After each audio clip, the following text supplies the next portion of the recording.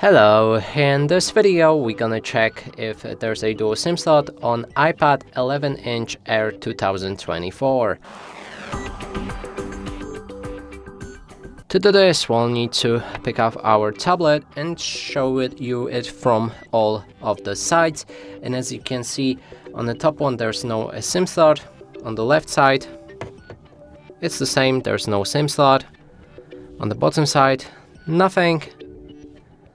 And on the right side, also nothing, which confirms that this device doesn't have the dual SIM slot.